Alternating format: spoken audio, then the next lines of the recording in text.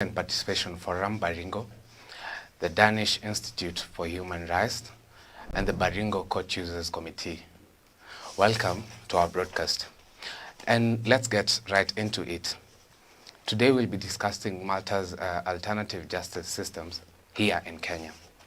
The Constitution of Kenya 2010 envisions a critical role for alternative dispute resolutions mechanisms such as traditional dispute resolution mechanism. Article 48 of the Constitution guarantees the right to access justice, and Article 159, Subarticle 2, recognizes the use of alternative justice system to resolve disputes.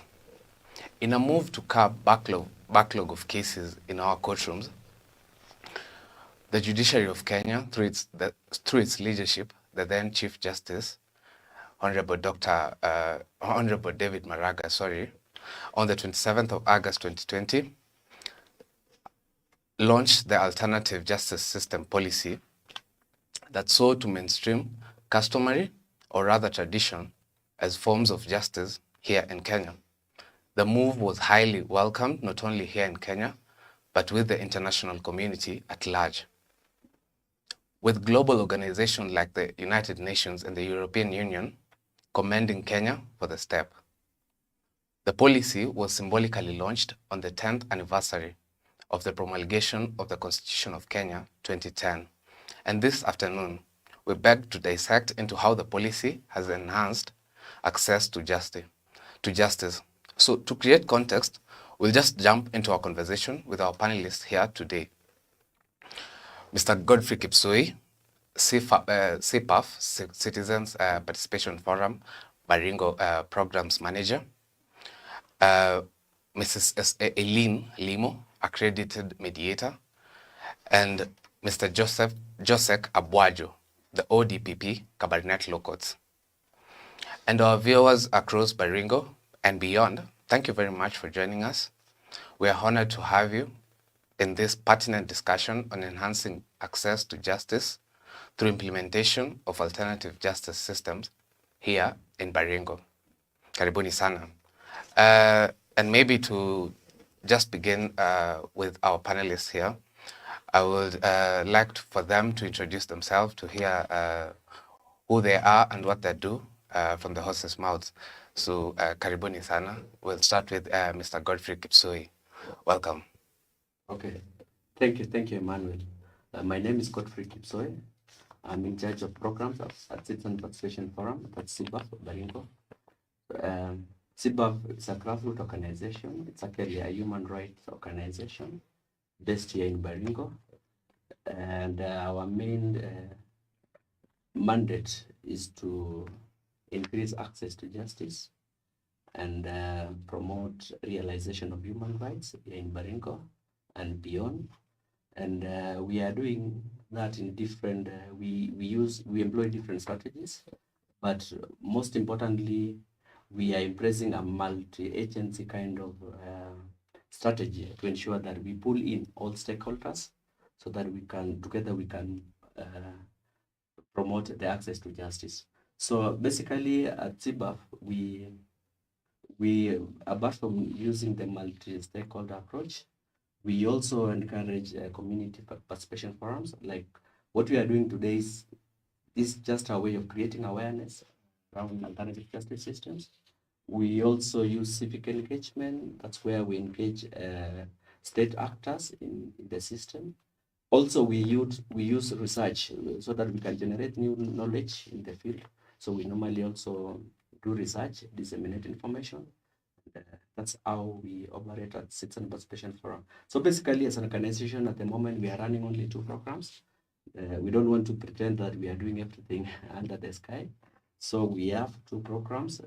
The first program is Human Rights Systems and Access to Justice. And then the program number 2 is Gender and Governance. That's where issues of GBV comes in and all those. So that is brief about the Citizen Participation Forum. And today we are here courtesy of a program which we started in June.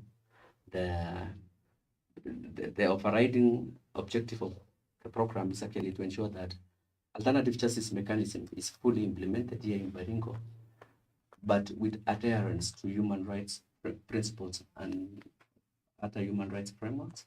And so we are running a project known as Increasing Access to Justice through implementation of alternative justice mechanisms here in Baringo.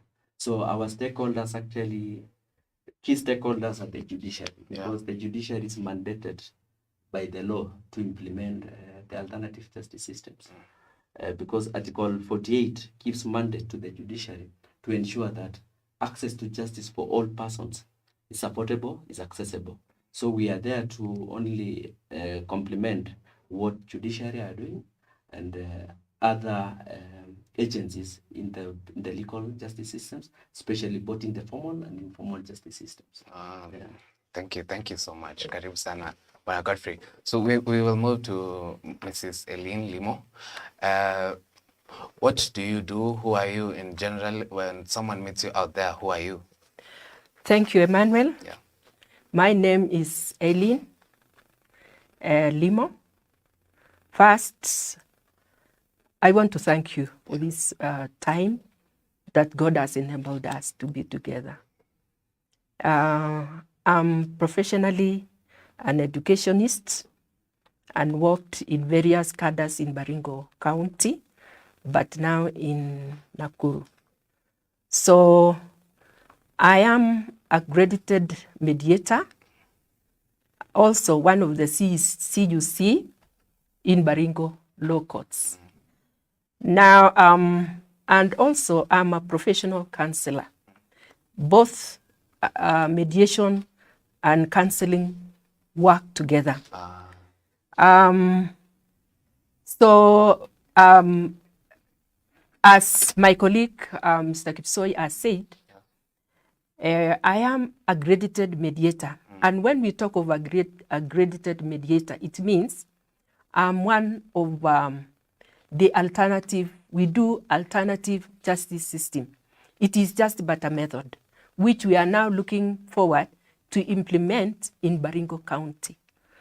In this mediation, as I said, it is done in other counties. Like, for example, I've been doing mediation in Nakuru, Nairobi, Eldoret, and Kitale when we are called upon. So because we are trained and we serve. But our work is alternative, not doing it at the court, but outside, that is court annexed mediation. Upon given the work to do, the matter, we are given by mediation deputy registrar, whom they are assigned the work at the law courts. In those, we work with other members who are accredited mediators. All right, thank you. Thank you. Yeah, thank you so much. Yeah, so we'll move to our last panelist, who is Mr. Joseph Abwajo, with the ODPP Cabernet Law Courts. Mr. Joseph, welcome. Welcome to our show. Thank you. Yeah. Yes. So, yeah, maybe to start off as to follow the trend set by my predecessors who have spoken before me, I would like to say, first of all, that my name is Joseph Abwajo, and currently I'm serving with the Office of the Director of Public Prosecutions here in Baringo County. And the Office of Director of Public Prosecution was established under the Constitution. Article 157 provides for the Office of the Director of Public Prosecutions, and it also provides for the mandate of the Director of Public Prosecutions. And among those mandates that have been provided for is that the Director of Public Prosecution has the powers to institute criminal proceedings. He has powers to terminate criminal proceedings. He has powers to advise the government on matters to do with criminal justice, and even the ministry on matters to do with criminal justice. So in essence, the Office of the Director of Public Prosecution is a gatekeeper in the criminal justice system. We are at the in-between the police, the investigating agencies, and the court. We sit in between. And when we exercise those mandates as given by the Constitution, of instituting, of taking over, of terminating, of authorizing investigations. That's something that also Kenyans don't know. It's the mandate of the Director of Public Prosecutions to direct the Inspector General of Police to commence investigation in any allegation or in any matters. So that is something, again, that members of the public have not been able to be aware. Some of them, they find that there is issues that are not being investigated, but they don't know that they can be able to report those issues to the Office of the Director of Public Prosecution to be able to trigger the investigations by the police. And while exercising that mandate, we also do other things. And we started this issue of AJS just even before the courts were able to pick it up and launch it officially.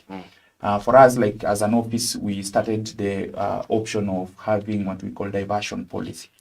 We implemented diversion policy. If you look at the diversion policy as implemented by the ODPP, it clearly allows cases that are not of serious nature to be dealt with outside the court system, because we encourage, and you look at our policy, we like say all cases involving minors, as long as someone is below 18 years and they are in conflict with the law, then what we do is that we encourage those cases to be dealt with by way of diversion. Yes, because what we are trying to do with that is that we are trying to limit interaction of minors or children with the law and the court system or the criminal system, so that they are dealt with in a friendly manner, in a way that they will be able now to appreciate, not to see like they are being punished by the system, but to see that they are being corrected by the system to be better citizens for tomorrow. So that is actually our mandate. We have two offices. We have an office in Kabaranet, Talai Plaza, where we operate from, and that is the headquarters for the county. And then we have a sub-county office here at Eldamaravine. Yes, thanks. Karibu sana. Yeah, so we may kick off our conversation by maybe just shaking up things. And since you are on the other side of serving justice, maybe to this other side, to the offenders and the dispute, who may be wondering, maybe have you guys ever been involved in any disputes? And if you have, how did you solve it? We must start with you, Bwana Josek. Yes, maybe I seek your clarification. Sorry if I happen to be a little technical, because for us, we don't take anything on the surface of it. You know, when you say involvement, I don't know, involvement in terms of what? Like us being the victims or the perpetrators, or us being the players in facility? No, you can be the perpetrator in this case, maybe. Yeah. And that one is yeah, maybe we may move to Eileen as you piece up your story. Yes. Thank you, Emmanuel. Yeah. I don't know what you really mean, but as per your sentiment, I can focus, but maybe back those days. When you talk of disputes, I can focus back in my years while in the village. Yeah. I remember my neighbors. One time we had the normal setup in a village, and my cows overnight went to my neighbor's farm and ate everything. They slept there the whole night. In the morning, the farm was cleared. So in the morning, my neighbor came with a panga looking for us. So what we did immediately, we asked them for forgiveness, but they could not. They persisted. So what we did was to go to the chief straight and the elders. After talking to them, they called the agriculture officer, and we were summoned. I and my neighbor, the chief, the elder, plus one of the religious leader, so that things move. So they talked to us, they convinced us, especially not me, but my other neighbor, the victim. Yeah. So after doing that for a while, We came to consensus, and I was fined maize, 10 bags, and 1 bag of beans. And things, we shake hands with my with my neighbor. Yeah. And I think that was good because it was back in 2010. Interesting. So, Mr. Prosecutor, can this be termed maybe as the way the justice was served? Is this, did they use the AGS? At that point, it wasn't launched yet, but can we term this as the alternative justice system way? Yes. Yeah. Maybe just to let the people understand, is that the AGS was not introduced or was not brought about in 2020 when the former Chief Justice did make a launch. The AGS has been with us. Yeah. It is an old system that even before, it actually pre-exists pre-colonial period. Yeah. Even before the colonialists came to Kenya or even Africa, Africans had their own way of solving their disputes because disputes is part of the society. Yeah. And it's only that when we are addressing this thing, AJS, in a formal system like this, we tend to narrow down and think that it was actually introduced or brought into our system in 2020. It has been there. It has been there, and people have been solving it. In fact, if you check the records, and because the records from these systems, it has been very evasive. And that's why sometimes we do not have documentation to be able to prove that to what a scale has this been happening. But it has been there. People have been solving their disputes. In fact, the majority of disputes in the community is solved through alternative justice system. Just a fraction, around 1% maybe, is what comes to the formal system of dispute resolution, like mediation, what my sister talked about here, mediation and whatever. But most of these issues, they are solved like the way she has explained. Your neighbor, you find that you have dispute with your neighbor, maybe your chicken went and ate something that was germinating, some crops that were germinating, and the neighbor crosses over to your place, and you sit down through this process, plus other people coming in to mediate for you that dispute or to arbitrate, and then you reach a consensus. And that's why she's saying she was fined. She will tell now to compensate your neighbor for the loss, give him or her this and that. That way the dispute was settled. So it's the same thing that we are talking about. It's actually, that is actually the alternative justice system. Yeah. And even what the court is pushing for is that ordinary way of people solving their own dispute, the best way they understand. Yeah. So that they continue to be neighbors. She could attest to it that they are still good neighbors, even after now they solve that. What we are trying to remove is that this small dispute should not come to the formal system and then leave people way apart than they were even before. Because remember, our system is adversarial. By adversarial means we go for each other's neck. If you go to court, you will think that we will fight the next minute because our system is crafted in the common law system that we inherited from England, which is in itself coached as an adversarial system. Adversarial system means come on, say I should come for your neck. You see, that kind of system that we should not be seen to be smiling and we have a dispute. But the AGS is trying to say you can solve your dispute and continue to be good neighbors. You can solve your dispute and continue to be friends. You see, so it is simply encouraging people to deal with the root cause of the problem, the best way they understand. Because remember, us in court, we deal with evidence. And you know, evidence can be very elusive. So we deal with evidence by what you come and say. And the trial, I normally tell people, it's a storytelling. Who tells the best story wins. It doesn't matter that it's the truth. Let me tell you, court system has nothing to do with the truth. It's about who tells the best story. And you see that best story, it can be choreographed. It can be worked out. And you know, a lie told consistent times, it becomes the truth. So you see, what we are saying is because you live in the same village, you know, true. You know yourself, you know, neighbors know what happened, you also know what happened. So you don't have to put a mask and come to start telling us what we think we want to hear. Tell each other in that village, this is what happened, and because you know the truth, you will solve it there, and you know the best remedy to cure that. Sometimes the penalties, maybe we'll go to that later, the penalties that the court pronounces, maybe in some cases, they are not consummate to the offense.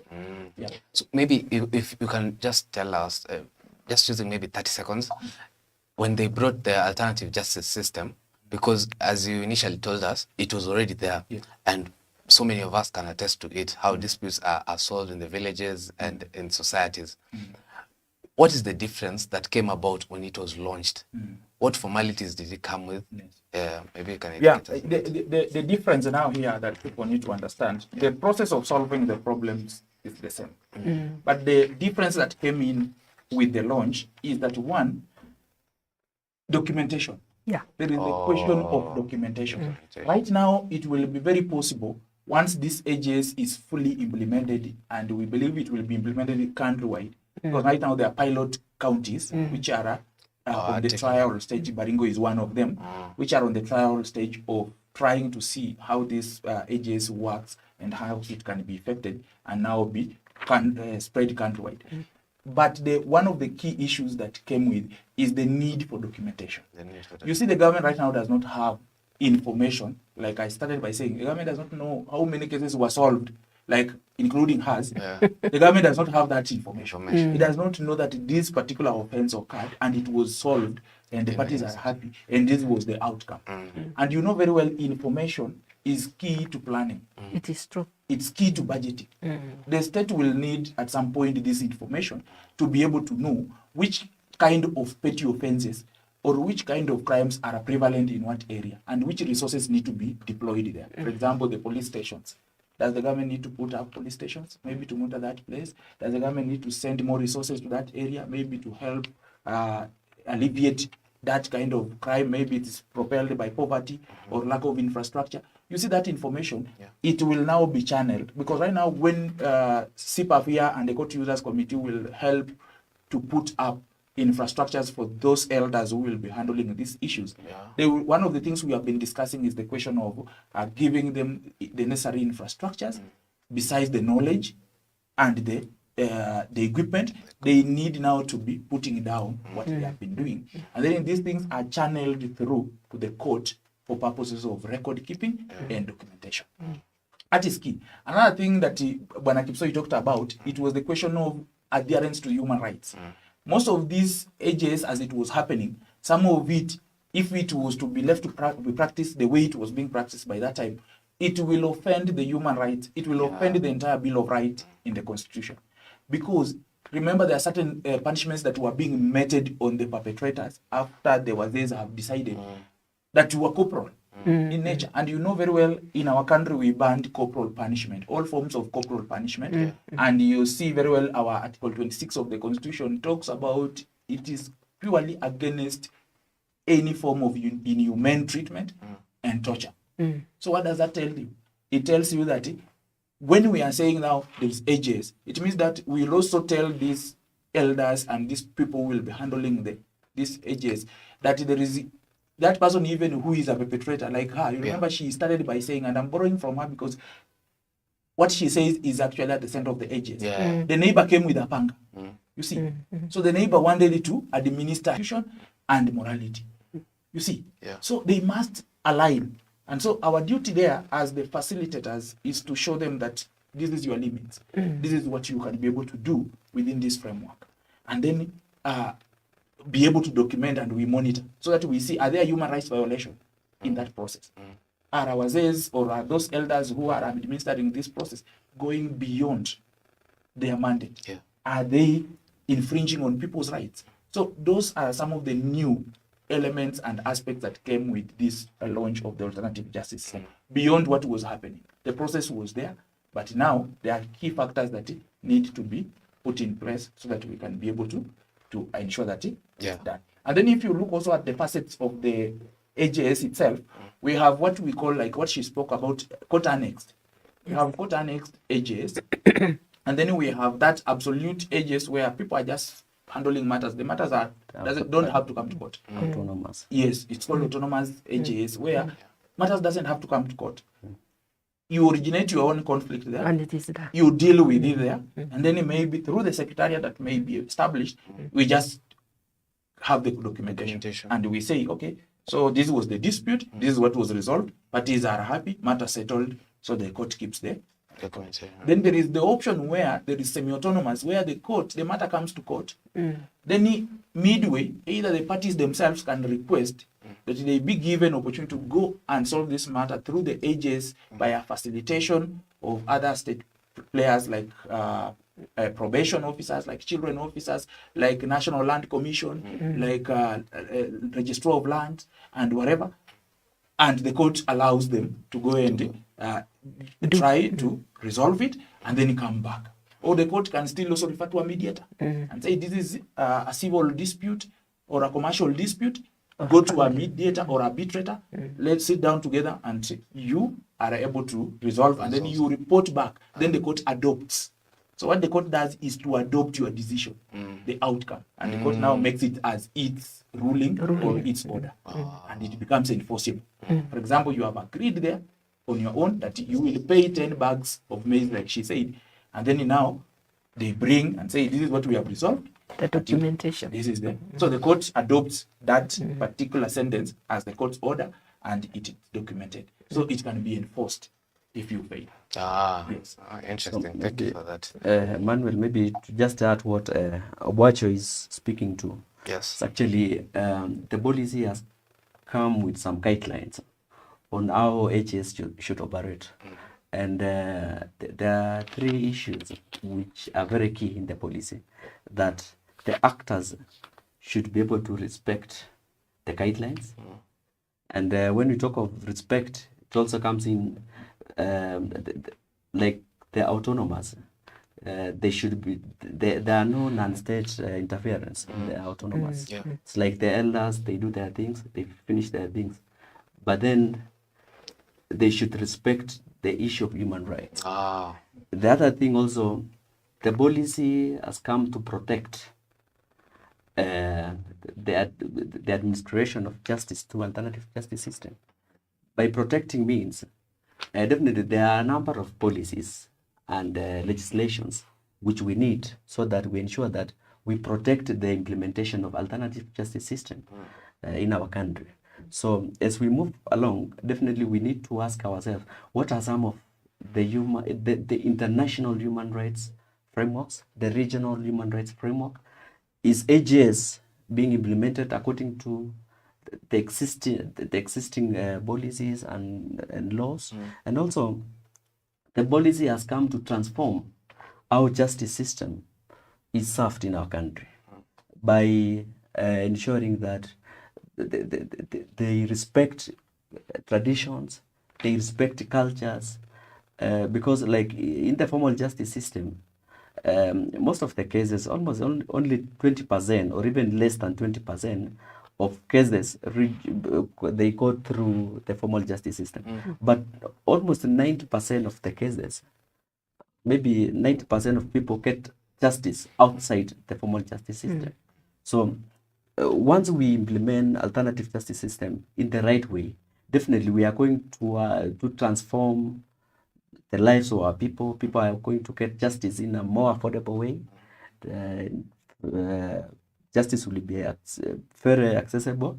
Like mediation is one of the doors for access to justice. So HAS is actually, it's a multi-door kind of policy. So you can go through mediation. Others can go through the formal justice system. Others can go through the alternative dispute resolution provided by our cultures and practices. Here in Baringo, I know, like in Baringo, we only have 2 formal courts, here in Eldama Ravine and Cabernet, and a number of like 2 mobile courts. And you can understand how big Baringo is. And each and every day, people are looking for justice. Because each and every time, everybody needs justice.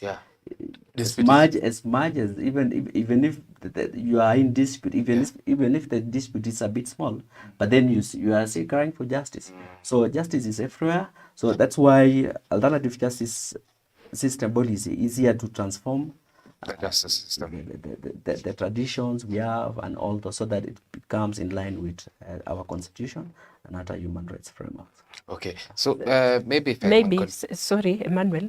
Yes. Let me also say something, or in line with what my colleagues have just talked. Just a minute.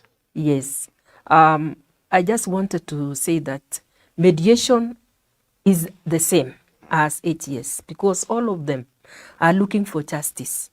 The only thing is the method. It's like a cloth when you wear, the way we are here, but we do the same work. Yeah. So alternative, we are all looking for justice. In formal way. And the reason being is it is less expensive. It is also quicker way of solving disputes, because when you take your case to court, it may delay and takes a lot of time mentioned and so on. It may take even 1 year or 2 years, of which if it was taken to 8 years, it would have taken a shorter time. So I think that was, I just wanted to add to what he was saying. Okay, Yeah. if I can come back to you, but sorry, the issue of the AGS, there are those players who play in the secretariat, like the religious leaders and the elders, the village elders, and the mediators, who are in the center of the AGS, if I'm not wrong.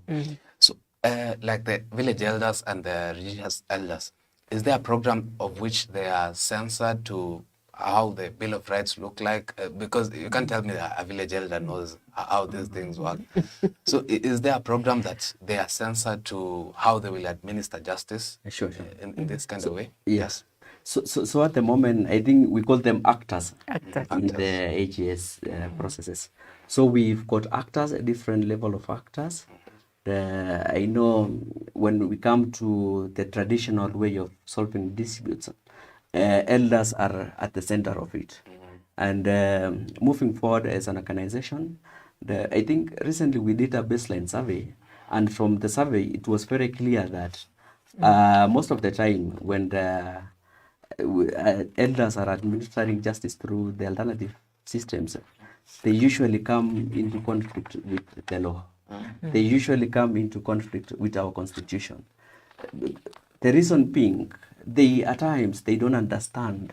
If you talk of human rights framework, if you talk about our constitution, like in Article 10, we have very critical values which should be observed, like maybe human dignity, social justice. In Article 28, it talks about human dignity it is inherent and it should be protected. So when we go back to the way we are doing the AGS at the moment, or the ADR, at some point our elders come into conflict with the law. And Mr. Buache will tell you that at some point he's forced even to take issues with elders, because actually they don't understand. So as an organization at the moment, I think we are working together with other partners, including the CUC, to ensure that we sensitize our elders, especially the actors of AGS, to have that broad understanding of the civic autonomy of justice system, which definitely would include maybe understanding of human rights issues, understanding of our constitution. Because if you go back to our constitution, the longest article in our constitution is the Bill of Rights. And at the moment we are working as an organization, we are trying to develop a resource manual, which actually they will be used by elders to get to understand what do we really mean when we talk of adhering to human rights.